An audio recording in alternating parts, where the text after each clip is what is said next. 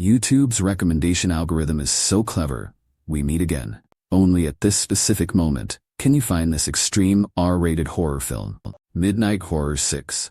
Night. This movie consists of 3 stories that are guaranteed to send chills down your spine. The protagonist of the first story is Bokmyo, a kind-hearted nun who cares for the disabled. One day, the priest sends her on a mission to care for a blind old man. It is purely voluntary work. Bokmyo agrees to the task without a second thought.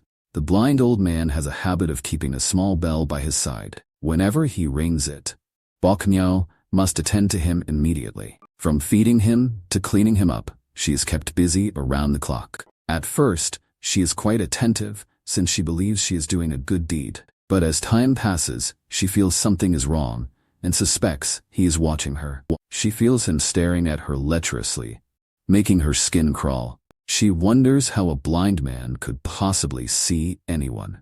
Bokmyo is too afraid to ask. But that night, she discovers something eerie. Logically, it makes no difference whether a blind person turns the lights off or not. However, every night, the old man insists on groping his way to turn off the lights with surprisingly agile movements. Instead of returning to his room, he actually wanders around outside.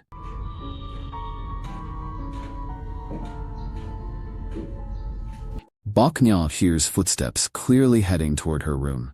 With her heart in her throat, she quickly gets up to peek through the crack in the door. She sees nothing. There is no sign of the old man, and she wonders if her ears are playing tricks on her. Feeling deeply unsettled, Bokmyo goes to the priest to vent her frustrations. The priest thinks she is just too tense and naturally unadjusted to the new environment, telling she will get used to it. With the priest saying that, Bokmyo has no choice but to bite the bullet and return. However, her suspicions only grow deeper. From then on, she insists on locking her door before bed, terrified that something might break in during the night. Suddenly, the lights outside go out again, followed by the sound of the old man's slow, shuffling footsteps. Bokmyo curls up, too terrified to even breathe. Out of the corner of her eye, she notices a tiny hole suddenly appear in the paper covering the dock.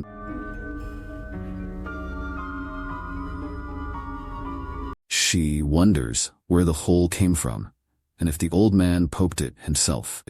Bokmyo is so anxious she doesn't sleep a wink, and the next day, she is completely out of it, unable to stop thinking about that hole. Refusing to let it go, she decides to test whether the old man can actually see. During a meal, she intentionally places the spoon far away from him, and watches his hands for a reaction. The old man fumbles around the table for a long time until she finally hands the spoon to him. Her confusion deepens because if he can see, why didn't he just grab the spoon? But if he is truly blind, then who made that hole? On the second night, things get even creepier when the lights outside go out once more. The footsteps stop at her door again, and as she trembles and stares at the paper, another hole appears right next to the first one. It is an identical small hole. This terrifies Bokmyo. Stealing her resolve, she pulls a dagger from her clothes. She thinks about going out to investigate, but when she opens the door, there is still no one there, and the hallway is completely empty. From then on, every single night, another hole appears on the door. 1, 2, 3, 4, 5. Seeing the window paper about to be turned into a sieve, Bokmyo is driven to the brink of madness. She watches the blind old man every day, trying every possible way to test him. However, he always acts as if he cannot see a thing. Bokmyo has only one thought. There are only 2 of them in this house. Besides him, who else could it be? He must be faking his blindness. This obsession tortures her so much that she loses her appetite and cannot sleep. Finally, on the 8th night, Bokmyo decides she cannot wait any longer. She wants to catch him in the act. She gets up and goes straight to the old man's door to poke a small hole. She squints her eyes to observe the room carefully. It is pitch black inside. She cannot see a thing. And suddenly, she feels a chill on her head.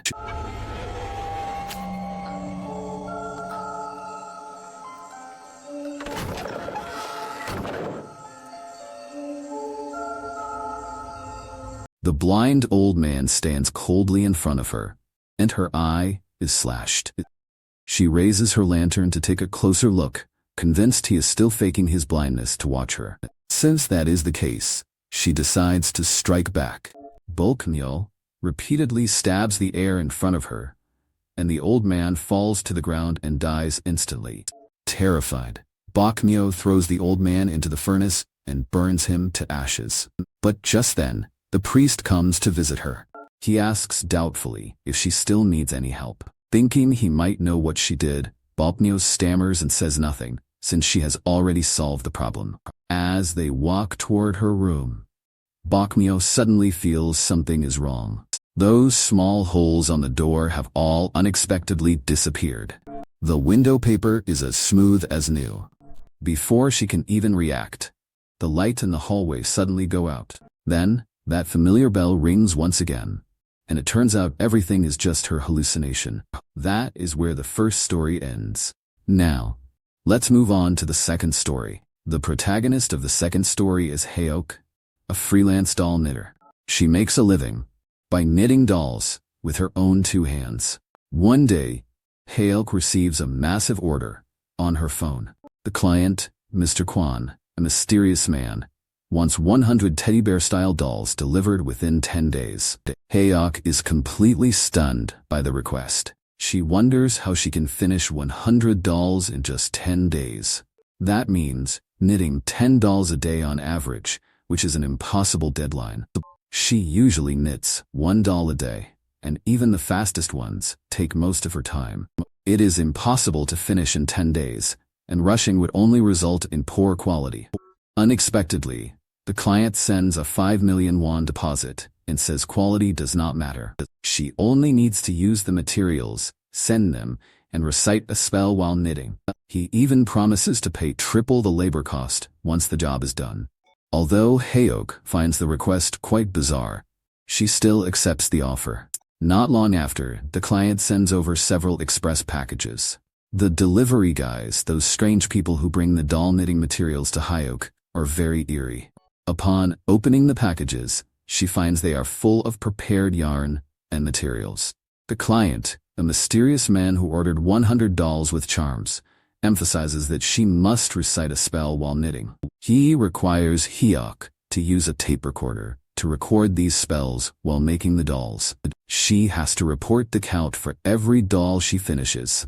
Haeok knits dozens of them, just like that. From morning to night, she doesn't even have time to eat. She even pricks her fingers until they bleed. After enduring for 10 whole days, she finally finishes knitting the 100 teddy bears, which are occult dolls used to curse others. On the day of delivery, the client sends someone to pick up the dolls. But the client unexpectedly leaves a small pink box outside.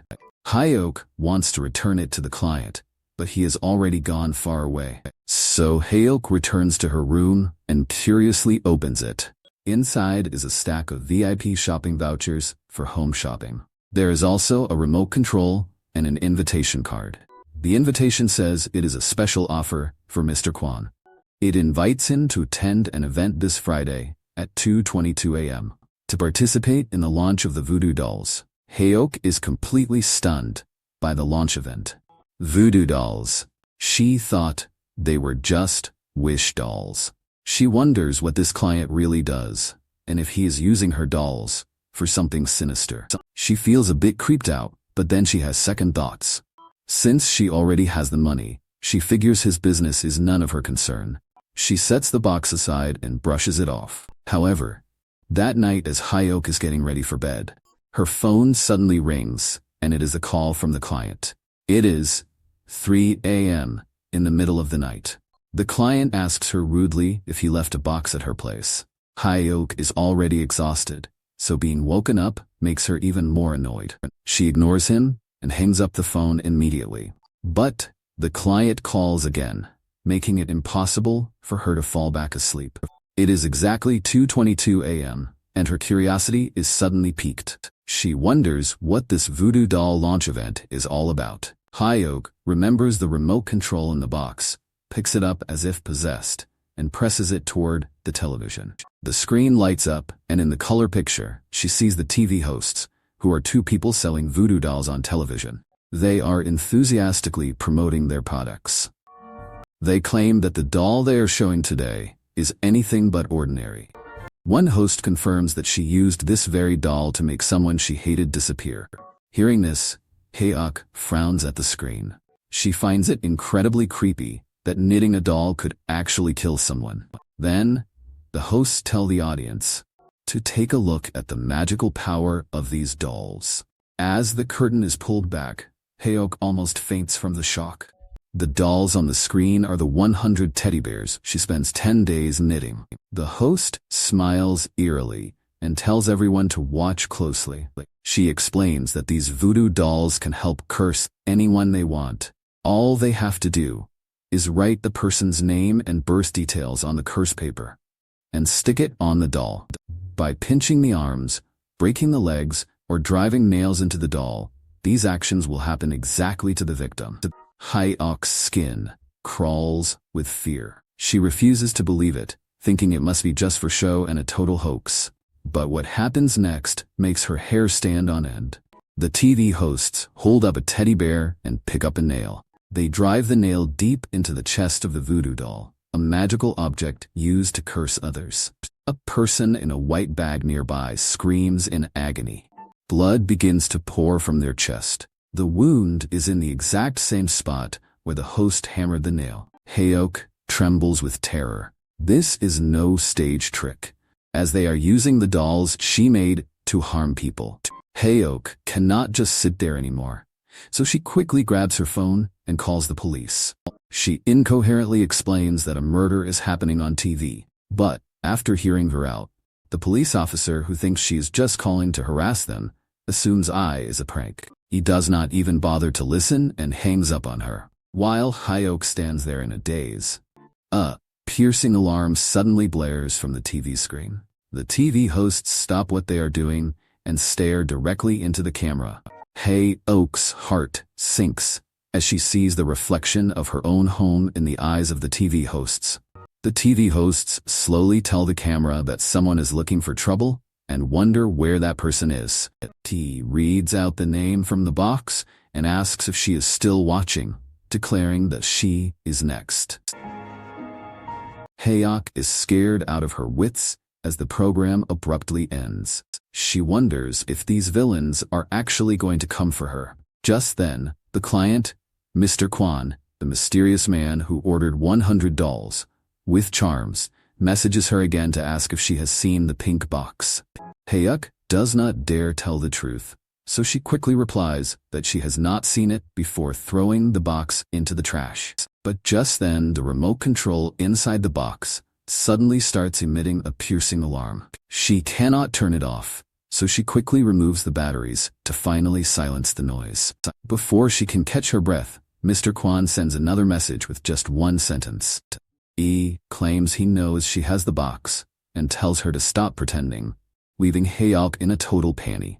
He quickly calls the best friend, Hyuk's close companion, who later discovers her being tortured on TV, hoping she can come over to stay with her. However, the line is constantly busy. Just then, Hyuk suddenly feels a wave of discomfort and collapses to the floor in a daze. She looks up to see the masked kidnapper standing right in front of her. He drags her away without hesitation, leaving behind a teddy bear. Hyuk's name and date of birth are written clearly on the doll. The next morning, the best friend comes over to visit her. She finds the house in a total state of disarray, with the phone lying abandoned on the floor. She figures Hyuk must have partied too hard last night and is probably still sleeping. While waiting for her to wake up, the friend decides to watch some television. She picks up the remote from the sofa and puts the batteries back in. The moment she turns it on, the voodoo doll presentation begins again.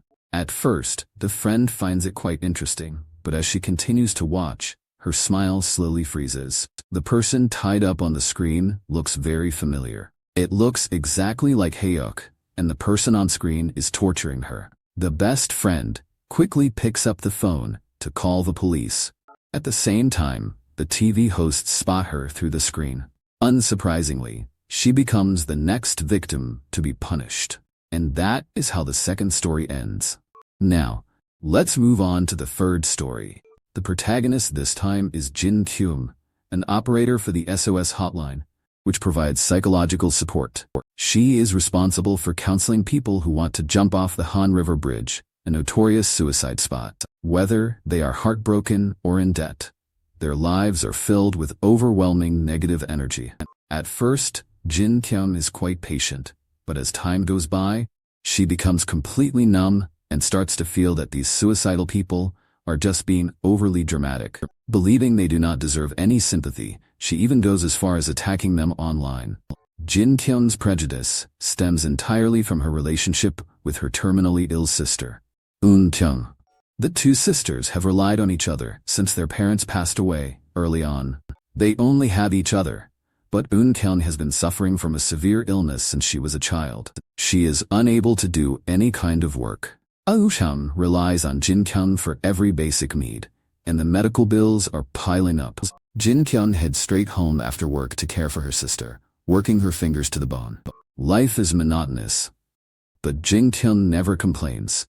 After all, Eun Kyung is her only sister and her only living relative. However, Eun Kyung doesn't see it that way, believing her weakness is all her sister's fault. She even thinks her sister has been wishing for her death all along.